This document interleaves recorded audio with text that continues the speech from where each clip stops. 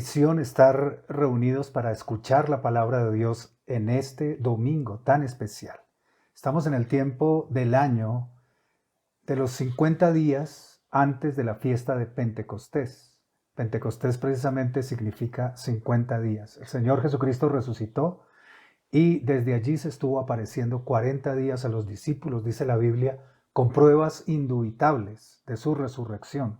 Pero fueron 50 días hasta la fiesta de Pentecostés, en donde vino el Espíritu Santo como un viento recio y se posó como lenguas de fuego sobre todos los discípulos. Yo creo que estamos en un tiempo de transición en la tierra entera. Estamos en una cuarentena, como enseñaba la pastora Liz hace algunos domingos, y es totalmente coincidencial. Yo creo que no es una coincidencia, hay un plan, hay un propósito del cielo para esto.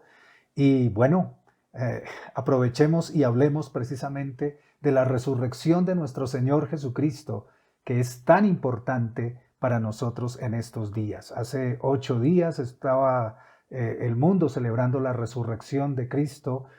Cristo resucitó de los muertos y precisamente la confesión del señorío de Cristo y la fe en su resurrección de los muertos son los dos puntos cardinales de nuestra fe o los dos ejes principales. Sobre ellos se sustenta el cristianismo verdadero. Desde luego, estos ejes son la fe verdadera, pero lo más importante es el objeto de la fe, el cual es nada menos ni nada más la persona de nuestro Señor Jesucristo, a quien debemos amarle con todo nuestro corazón. Aleluya. Leemos en Romanos 10, 9 al 10. Voy a leerlo en la Nueva Biblia Viva porque me gustó mucho esta versión. Romanos 10, 9 al 10. Dice así: si declaras con tu boca que Jesús es el Señor y crees de corazón que Dios lo levantó de entre los muertos, Dios te salvará. Porque a quien cree de corazón, Dios lo da por justo. Y a quien reconoce a Jesús, Dios lo salva. Desglosemos un poquito para comenzar este versículo. Número 1, o primer eje de nuestra fe, declarar con la boca que Jesús es el Señor. Maravilloso. La confesión del señorío de Jesús es reconocer con la boca que Jesús es el gobernante o Rey Supremo de todo el mundo. Ese es el señorío de Cristo. El universo creado y los cielos son de Él. Él es el Señor. Él fue designado así como Señor por Dios, que es su propio Padre y el Padre creador de todas las cosas. En esta confesión está implícita la obediencia a la voluntad de Dios, pero también está implícita la renuncia al señorío propio. ¿Qué es esto? Es creerse Dios para sí mismo, una cosa muy típica del hombre contemporáneo o del humanismo. También la renuncia al señorío del mundo y todas sus maldades. La renuncia al señorío del pecado, pero lo más importante de todo, y por eso tenemos que confesar con nuestra boca que Jesús es el Señor, la renuncia al señorío del diablo, al señorío de Satanás. ¿Por qué? Porque Adán y Eva le habían entregado el señorío a la serpiente en el principio. ¿Recuerdan en el huerto de Edén cuando Adán y Eva pecaron comiendo del fruto del árbol de la ciencia del bien y del mal? Lo dice en 2 Corintios 4, versículo 4, en la primera parte. Pueden leerlo ahí, repito la cita, 2 Corintios 4, primera parte. Satanás, quien es el Dios de este mundo, ha cegado la mente de los que no creen. Todas las personas de este mundo, no importa si nacieron de buena familia, de buena cuna, no importa si han sido buenos o han hecho muchas obras de justicia, si no han confesado su fe en el Señor Jesucristo, el velo de sus ojos no les ha sido quitado y están cegados en su mente. Ahora, tenemos que ver algo bien importante, pero bien importante.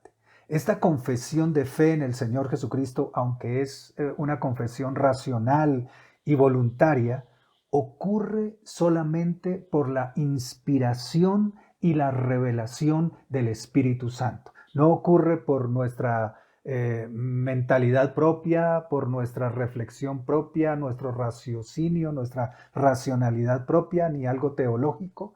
Es una acción directa del Padre y del Espíritu Santo en la mente del que se convierte a Cristo, del que se convierte en un creyente. Leámoslo, hay un sustento bíblico. Dice en Mateo 16, 13 al 20, repito, Mateo 16, 13 al 20, lo leo en la versión Reina Valera 1960, dice así: al llegar a Cesarea de Filipo, les preguntó, desde luego Jesús a sus discípulos, ¿quién dice la gente que soy? Bueno, le respondieron, algunos dicen que eres Juan el Bautista, otros que eres Elías, y otros que eres Jeremías o alguno de los profetas. Si Jesús hubiese venido en esta época, tal vez algunos hubiesen dicho de Jesús, por ejemplo, no, es un gran filósofo, o es un gran pensador, o qué sé yo, dirían, es un profeta, o es un falso profeta, o es un charlatán. Algunos dirían, no, es un extraterrestre que vino en un platillo volador del planeta Nibiru, o algo así por el estilo. Porque hay tantas locuras en nuestros días. Pero bueno, en los días de Jesús había muchos locos por allí y hablaban tantas cosas de Jesús, pero a él le interesaba saber qué pensaba la gente de él, pero luego les hace la pregunta en el versículo 15. ¿Y quién creen ustedes que soy? ¿Quién creen ustedes que soy? Y Pedro contesta, tú eres el Cristo, el Mesías, el Hijo del Dios viviente, respondió Simón Pedro. Dios te ha bendecido, Simón, hijo de Jonás, le dijo Jesús, porque esto no lo aprendiste de labios humanos, mi Padre Celestial te lo reveló personalmente. Tú eres Pedro, y sobre esta roca edificaré mi iglesia, y los poderes del infierno no prevalecerán contra ella. Te daré las llaves del reino de los cielos. La puerta que cierres en la tierra se cerrará en el cielo, y la puerta que abras en la tierra se abrirá en el cielo. Veamos algo bien importante aquí, además de la confesión de Jesús por la persona del Espíritu Santo. El Padre mismo, dijo Jesús, le reveló a Pedro que él era el Mesías, que Jesús era el Mesías. Pero hay otra cosa importante, el reconocimiento de Jesús como el Señor, como el Mesías, como el Hijo de Dios, que es revelado al entendimiento humano solo por el Padre a través de la persona del Espíritu Santo, produce un efecto inmediato. Y es reconocer a Jesús, al reconocer a Jesús, de inmediato Él nos reconoce a nosotros en forma personal, también por el Espíritu, para asignarnos la identidad que nos dio el Padre cuando nos planeó desde la eternidad. ¡Qué maravilloso! Nosotros lo reconocemos a Él y Él de inmediato nos reconoce a nosotros. Reconoció a Pedro, eso pasa con cada creyente. También el apóstol Pablo enseña en 1 Corintios 12:3 esta verdad. Lo leo en versión Reina Valera 60. Por tanto, os hago saber que nadie que hable por el Espíritu de Dios llama anatema a Jesús, y nadie puede llamar a Jesús Señor sino por el Espíritu Santo. Fíjense, nadie puede, teniendo el Espíritu Santo, hablar mal de Jesús. Anatema significa maldición o hablar mal de una persona. Pero esto está confirmando que solo por el Espíritu Santo podemos llamar a Jesús como Señor. El señorío de Cristo se sustenta sobre la base de la revelación del Espíritu Santo en nuestro corazón, de tal manera que toda persona que cree en Jesús y confiesa su nombre, de hecho, inmediatamente es impregnado por el poder del cielo y es salvo para siempre. Gloria a Dios. Ahora, de lo contrario, es decir, si no reconocemos abiertamente a Jesús, todo el maravilloso plan con que Dios nos planeó desde la eternidad se perderá completamente. No seremos reconocidos. Nuestra vida la viviremos en vano. Carecerá totalmente de sentido existencial. Aunque hiciéramos grandes obras humanistas y llegáramos a ser muy famosos, nada de eso servirá de nada. Jesús, cuando separa a las ovejas de los cabritos, al final de los tiempos, Él a los cabritos, es decir, a los que se pierden, a los condenados, y ellos vienen a decirle, Señor, nosotros hicimos muchas obras y fuimos famosos, inclusive hicimos obras en tu nombre. Y Él se queda mirándolos y les dice, ¿quiénes son ustedes? Nunca los conocí. Yo no los conozco a ustedes. Qué tremendo. Ahora a Pedro le dice, tú eres Pedro, que es piedra, Petra, piedra de fundamento. Sobre tu confesión yo edificaré mi iglesia. Te entrego, le está diciendo, te entrego las llaves, mis llaves de autoridad celestial, para operarlas desde la tierra. Él le dice que abrirá puertas en el cielo, abriéndolas desde la tierra. Y cerrará puertas del cielo, cerrándolas desde la tierra. Es decir, todo aquel que cree y confiesa a Jesús, no solamente es salvo, sino que tiene el efecto de ser reconocido por Dios, el plan de Dios comienza a activarse en su vida y además de ello recibe llaves de autoridad. Estas llaves no fueron solo para Pedro, ni Pedro es como tradicionalmente se le ha pintado, un viejito andando con un llavero en el cielo. No, estas llaves significan llaves de autoridad para transformar el mundo y sobre todo que lo necesitamos en este tiempo de cuarentena. Ahora, otro elemento, otra parte bien importante de esa confesión de fe en Jesucristo es que es una fe pública. El reconocimiento y confesión de Jesús no es algo en secreto o entre dientes. La Biblia nos enseña que es una confesión viva, una confesión abierta, una confesión valiente, una confesión pública. A esto se le llama la profesión pública de fe en Jesucristo y debe sostenerse hasta la misma muerte. No es negociable bajo ningún aspecto. Miremos en Lucas 12, 8 y 9, leámoslo en la Nueva Traducción Viviente. Dice así, les digo la verdad, y está hablando nuestro Señor Jesucristo, les digo la verdad, a todo el que me reconozca en público aquí en la tierra, el Hijo del Hombre también lo reconocerá en presencia de los ángeles de Dios. Pero el que me niegue aquí en la tierra será negado delante de los ángeles de Dios. ¡Oh! ¡Qué maravilloso y qué terrible a la vez! Pero hagámonos una pregunta. ¿Cómo vamos a confesar públicamente a Jesús en los tiempos del coronavirus si ni podemos salir de casa? Debemos guardar aislamiento social obligatorio y además tenemos un tapabocas que no nos deja hablarle a los demás. No hay problema, no se preocupen. Gracias a Dios que los tiempos del coronavirus son también los tiempos del Internet y las redes sociales. Podemos predicar al Señor Jesucristo en todas partes a través de las redes sociales, alcanzar a muchos. Esto será el tiempo en el cual millones de personas conocerán y confesarán su fe en Jesucristo y creerán en el poder de su resurrección. Esta prueba que estamos viviendo en el mundo entero, en realidad, aunque parece tan terrible, está produciendo enormes cambios que nos acercarán al Señor Jesucristo, a la fe y a la salvación. Ahora miremos el efecto de la confesión, porque ya vimos el efecto ya vimos lo que pasa cuando nosotros confesamos a Cristo, pero el efecto de la confesión resumido aquí es la salvación eterna de nuestra alma. Como dice en Romanos 10:10, con la boca se confiesa para salvación. Pero debe ser una confesión y reconocimiento de Jesucristo permanente y perseverante hasta el fin, no solamente con nuestra boca, sino con los hechos de nuestra vida. Amén. Ahora, en segundo lugar, el segundo eje de nuestra fe es creer de corazón que Dios levantó a Jesucristo de los muertos, y aquí entramos en el tema de la resurrección. ¡Qué maravilloso!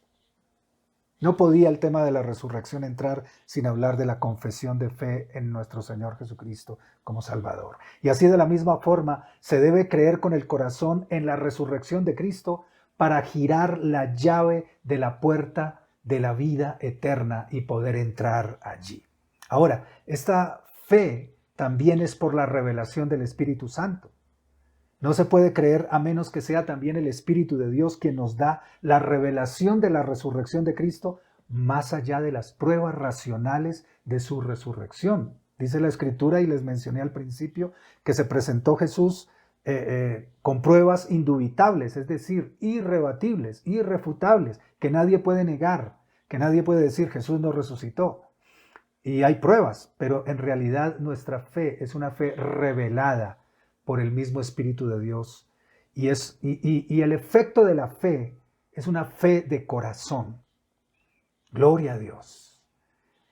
Aleluya. Tenemos que decir mucho de esto. El efecto de la fe de corazón en la resurrección de Jesús es el ser justificados ante Dios el Padre como juez supremo. ¿Cómo así justificados? Es ser acogidos eternamente como justos, como si fuéramos justos que tenemos el derecho de entrada al cielo. Justo significa sin iniquidad, sin transgresión, sin maldad, sin injusticia, en total santidad, porque es Jesús quien puso todas estas virtudes en nosotros como sustituto perfecto por nosotros, y por gracia somos revestidos de ellas para poder entrar al cielo, para poder ser justificados por el Padre. Mira, es que la muerte es la paga del pecado, pero la resurrección de Cristo es la victoria sobre la muerte. Luego entonces, el que resucita es alguien que fue justificado del pecado. Jesús fue justificado. Y Él no pecó, Él llevó todos nuestros pecados.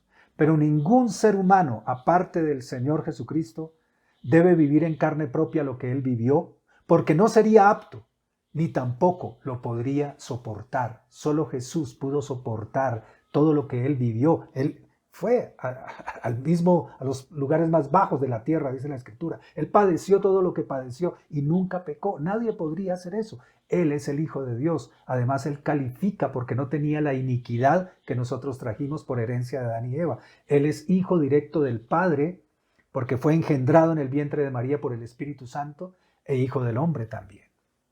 Ahora, entonces, solo por la gracia de Dios recibiremos el efecto pleno de la obra de Cristo si creemos. Nada más necesitamos creer. Y si nos identificamos de corazón con su resurrección. Pero digamos, hablemos de algo. Aquí surge una pregunta. ¿Qué significa creer de corazón? Porque dice, si creyeres de corazón que Dios lo levantó de los muertos. Creer de corazón es la decisión y el acto que involucra toda mi expectativa como ser humano. Toda mi expectativa como ser humano y la vuelco sobre ese suceso, ese hecho, la resurrección de Cristo, fortalecido y apoyado en la revelación del Espíritu Santo, como dijimos ahora.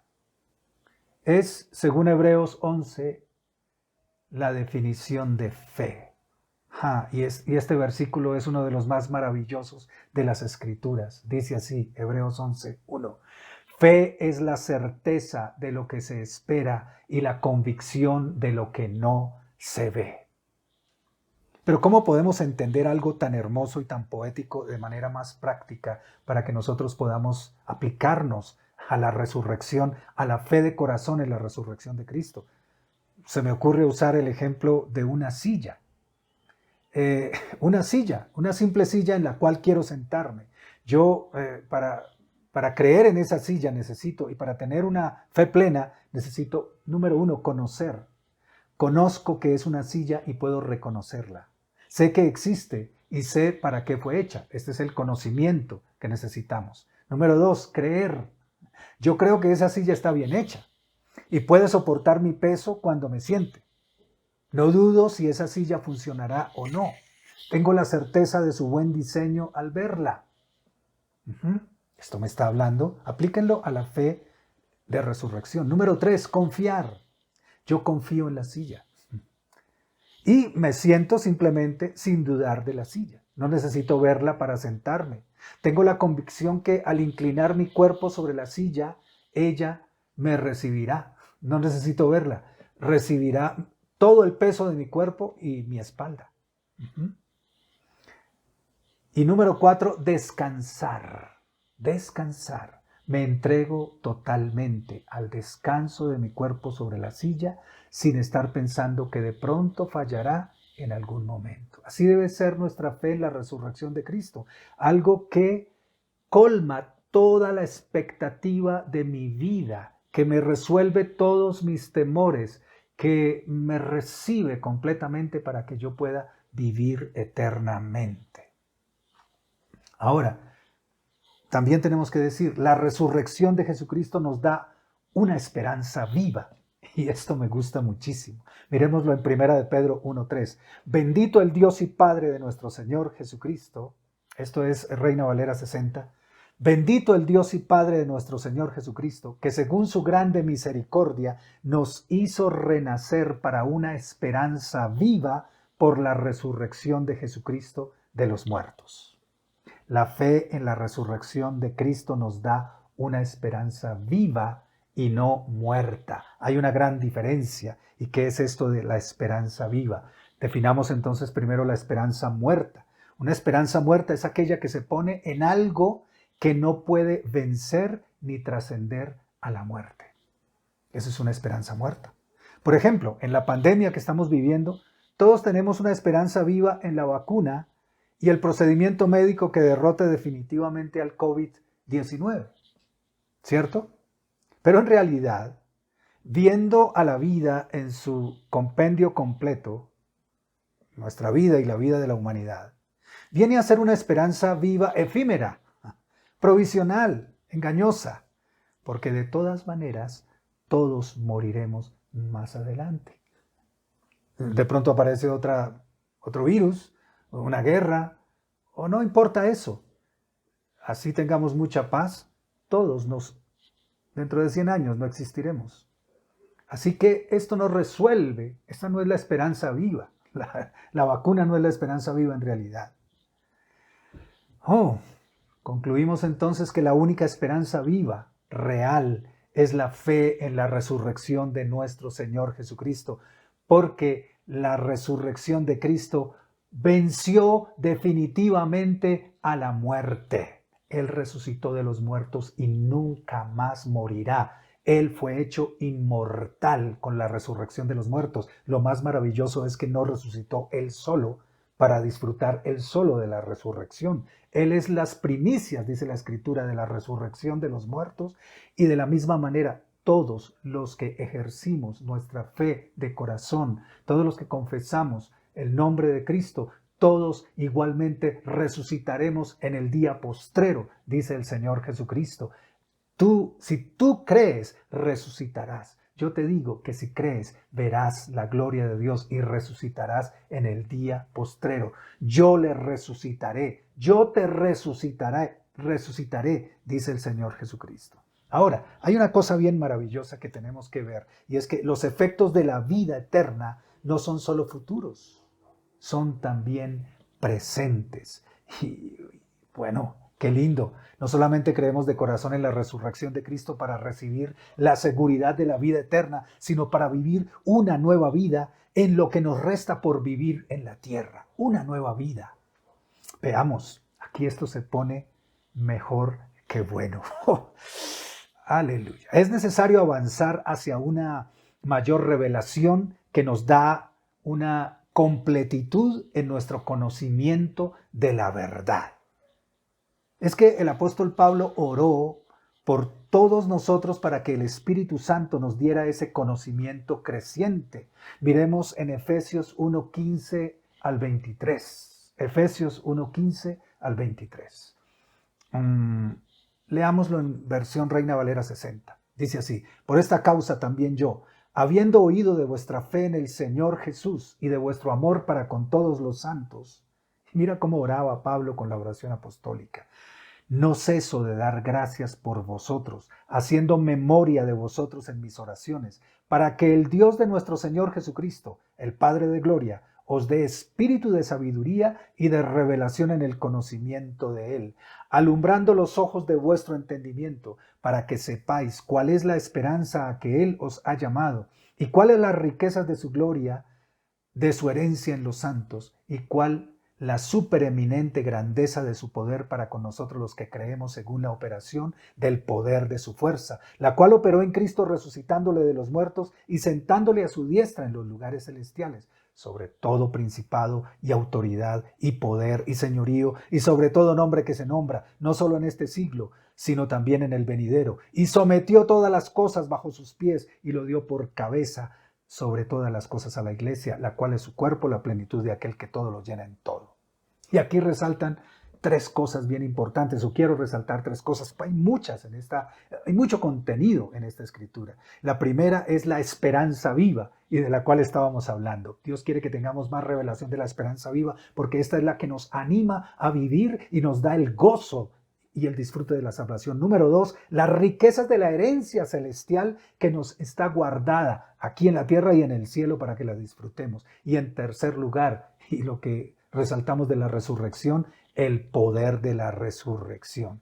Y dice, ¿y cuál la supereminente grandeza de su poder que actúa para con nosotros los que creemos según la operación del poder de su fuerza, la cual operó en Cristo? Fíjense. El poder de la resurrección está disponible aquí y ahora, para ti y para mí y para el mundo. Está disponible, es mejor que cualquier vacuna, porque la vacuna que necesitamos en realidad es la vacuna contra la iniquidad, contra el pecado y contra la muerte. Es la vacuna que nos asegura la vida eterna y nos da la esperanza. Y fíjense que el apóstol, este poder de la resurrección es tan grande que el apóstol tiene que usar varios vocablos para tratar de explicar el poder de la resurrección. Dice supereminente, y esto tiene la palabra griega huperbalo. Huperbalo significa lanzar más allá de la marca usual. Lanzar más allá de la marca usual. Ahora habla de grandeza. Esto se traduce como magnitud, estado de superioridad, la supereminente grandeza. Y luego habla del poder, y la palabra en griego para poder es dunamis, y ese es el verbo. Y el verbo dunamis se define como poder espiritual o sobrenatural en acción. No es un poder ahí estático o el poder de Dios que está en el cielo y se quedó en el cielo. Es un poder que vino, el poder de la resurrección, calificado de esa manera supereminentemente grande, es decir, tan poderoso, pero que está actuando dinámicamente. Dunamis, de la palabra dunamis sacaron la palabra dinamita y es una explosión poderosa. Ajá. Ahora, quiero decirles una cosa, que yo creo, estoy seguro, que Dios utilizó o empleó más poder para resucitar a Cristo que para crear el universo. ¿Por qué? Porque está usando aquí el apóstol la palabra huperbalo, que significa lanzar más allá de la marca usual. Así que la marca usual fue la creación del universo y el hombre. La marca más allá de Dios fue resucitar a Cristo como una nueva creación, mejor que la primera y definitivamente una creación eterna, no provisional como la primera. Fíjense cómo podemos demostrar con esto que el poder de la resurrección de Cristo, es superior al poder y es más efectivo y más perfeccionado que el poder usado en la primera creación. Y si hablamos del poder de la primera creación por Dios, tendríamos que hablar de física y es inconmensurable y no hablaremos de ese tema sino en otra ocasión. Ahora, el poder de la resurrección de Cristo es tan maravilloso que Jesús resucitado no solo es inmortal, sino todopoderoso. Él podía aparecer y desaparecer a voluntad. Se apareció a los discípulos, desapareció. Estaban las puertas cerradas. Estuvo 40 días apareciendo a los discípulos y a más de 500 personas. Él tuvo su cuarentena bíblica antes de su ascensión, igual que su cuarentena de ayuno antes de su ministerio. Él podía cambiar su fisonomía física. A veces lo reconocían, a veces no lo reconocían cuando no quería que lo reconocieran.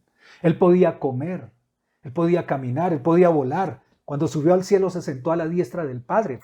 Subió volando en su ascensión y fue ocultado por una nube. ¡Qué tremendo! Es el cuerpo más perfecto en sustancia que existe y existirá por siempre. Es la sustancia divina, perfeccionada, eterna y para siempre. Pero lo más maravilloso de todo, ¿saben qué es? Lo más maravilloso de todo, ¿saben qué es? Que nosotros, tú y yo, resucitaremos a su semejanza y participaremos de lo mismo para siempre, eternamente. Gloria a Dios. Ahora, para finalizar, les digo, la resurrección eterna tiene un significado de reinvención y transformación actual. Escúchenme muy bien esta palabra, reinvención y transformación actual. Apliquémosla a lo que estamos viviendo. La dunamis o poder de Dios en acción como efecto de la fe en la resurrección de Cristo debe ser aplicado por el cristiano lleno de fe y esperanza en el tiempo presente y en las circunstancias presentes del COVID-19. Y les menciono 5 maneras y después profundizamos más en ello. Número 1, haciendo oraciones y declaraciones de fe para la sanidad de los enfermos y para la resolución de esta problemática que estamos viviendo. Animando también y cubriendo a nuestros familiares y amigos a través del internet y del teléfono. Tantas cosas podemos hacer. Número 2, confesando a Cristo públicamente y predicando las buenas nuevas a través de las redes sociales, de las reuniones de los GPS, los grupos de paternidad y servicio que tenemos toda la semana, y te puedes conectar a uno de ellos, alcanzando a muchos para que conozcan a Cristo. Número 3, trayendo la vida nueva como significado de la resurrección de Cristo en la familia, en tu familia, en nuestra familia. Es un nuevo comenzar, un comienzo de nuevo. Dios nos trajo a la casa, nos sacó de los templos, de las iglesias, de los lugares públicos, nos trajo al principio, nos volvió a cero. Es necesario volver de cero. Para resucitar se necesita morir, pero morir en los mismos términos de Jesús es morir a lo antiguo, morir al pecado, morir a la religiosidad. Dios nos sacó de esa religiosidad, nos trajo al hogar para recomenzar, volver de cero. Número 4, convirtiéndonos en intercesores poderosos por las naciones, por los gobernantes, por los cuerpos de salud, por los militares, para que reciban el respaldo y sean efectivos y eficaces con buenas y sabias decisiones. Número 5 y último, reinventarnos en nuevas actividades, nuevos negocios, nuevos emprendimientos empresariales, les estoy diciendo. No es solamente espiritual. Yo estoy viendo en las noticias que ahora hay un resurgimiento y una reinvención de las industrias, las empresas. Todos están girando en torno a la solución para el coronavirus. Están haciendo cabinas. Las empresas que antes hacían muebles, ahora están haciendo cabinas de desinfección. Las textileras están haciendo tapabocas y guantes, bueno, toda clase de elementos, y la gente se está reactivando. Y era necesario, es que Dios, sin decirlo, nos dijo, necesito que vuelvan a cero para que vuelvan a comenzar y sepan reinventarse. Pero lo importante es reinventarse a través de la revelación de nuestro Señor Jesucristo. Gloria a Dios. Que cada persona pueda reconocer que todo este cambio que está ocurriendo y debería ocurrir por la fe en nuestro Señor Jesucristo y por el confiar y creer en el poder de la resurrección, de su resurrección. Amén. Vamos a orar al Señor y vamos a darle gracias por este tiempo que hemos tenido. Pero, Padre, en el nombre de Jesús, yo te pido en este instante que tú, oh Dios, con tu poder, alcances a cada corazón a través de los oídos que estuvieron puestos en tu palabra en esta prédica. Señor, que tú despiertes el espíritu, despiertes el corazón de cada persona para que pueda confesar con su boca en este momento y creer de corazón que tú eres el Señor. Si alguien está allí escuchando y no ha entregado su vida a Cristo, si no ha confiado todavía en Cristo a través de la fe de la que estuve predicando, puede hacer esta oración conmigo en este momento. Repite conmigo: Señor Jesucristo, yo te acepto en mi corazón como mi Señor y mi Salvador. Señor, yo te confieso, tú eres el Señor, y ahora creo con todo mi corazón que Dios, el Padre, tu Padre y nuestro Padre, te resucitó de entre los muertos. Creo con todo mi corazón en tu resurrección y te pido que envíes el Espíritu Santo a mi vida para que yo sea transformado. En el nombre de Jesús. Amén.